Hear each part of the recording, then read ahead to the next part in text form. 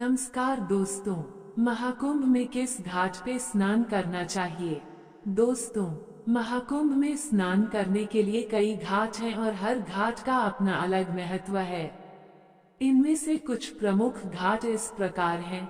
दोस्तों, पहला, संगम घाट। ये महाकुंभ का सबसे प्रमुख और पवित्र घाट माना जाता है। यहाँ गंगा, यमुना और सरस्वती नदियों का संगम होता है।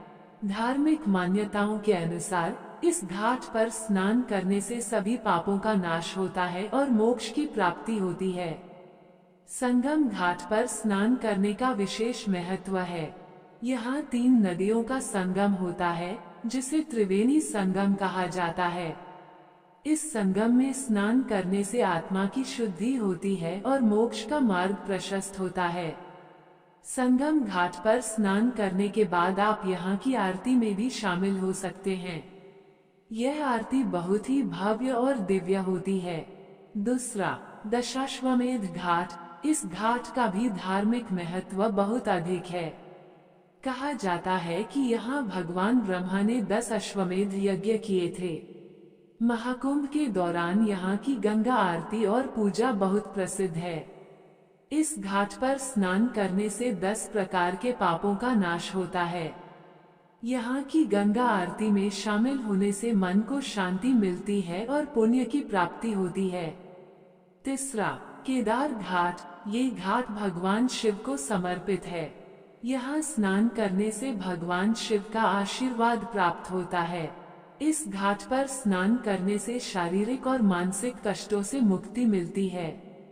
यहाँ आप भगवान शिव की पूजा भी कर सकते हैं। चौथा, अरल घाट। ये घाट भी स्नान के लिए एक महत्वपूर्ण स्थान है। यहाँ से त्रिवेणी संगम तक अमृत स्नान के लिए जाया जा सकता है। इस घाट पर स्नान करने से दीर्घायु की प्राप्ति होती है।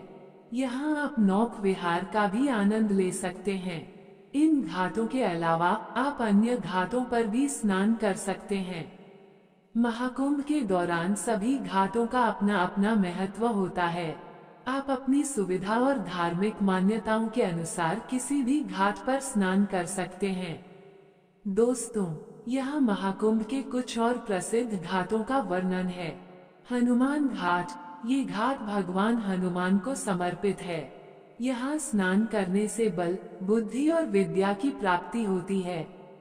राम घाट। ये घाट भगवान राम को समर्पित है। यहाँ स्नान करने से पुण्य की प्राप्ति होती है और मोक्ष का मार्ग प्रशस्त होता है। भरद्वाज घाट। ये घाट ऋषि भरद्वाज को समर्पित है। यहाँ स्नान करने से ज्ञान और बुद्धि की प्राप्ति होती है। चैतन्य महाप्रभु घाट। ये घाट चैतन्य महाप्रभु को समर्पित है। यहाँ स्नान करने से भक्ति और प्रेम की प्राप्ति होती है। इन घाटों के अलावा आप अन्य घाटों पर भी स्नान कर सकते हैं। महाकुंभ के दौरान सभी घाटों का अपना अपना महत्व होता है। आप अपनी सुविधा और धार्मिक मान्यताओं के अनुसार किसी भी घाट पर स्नान कर सकते हैं।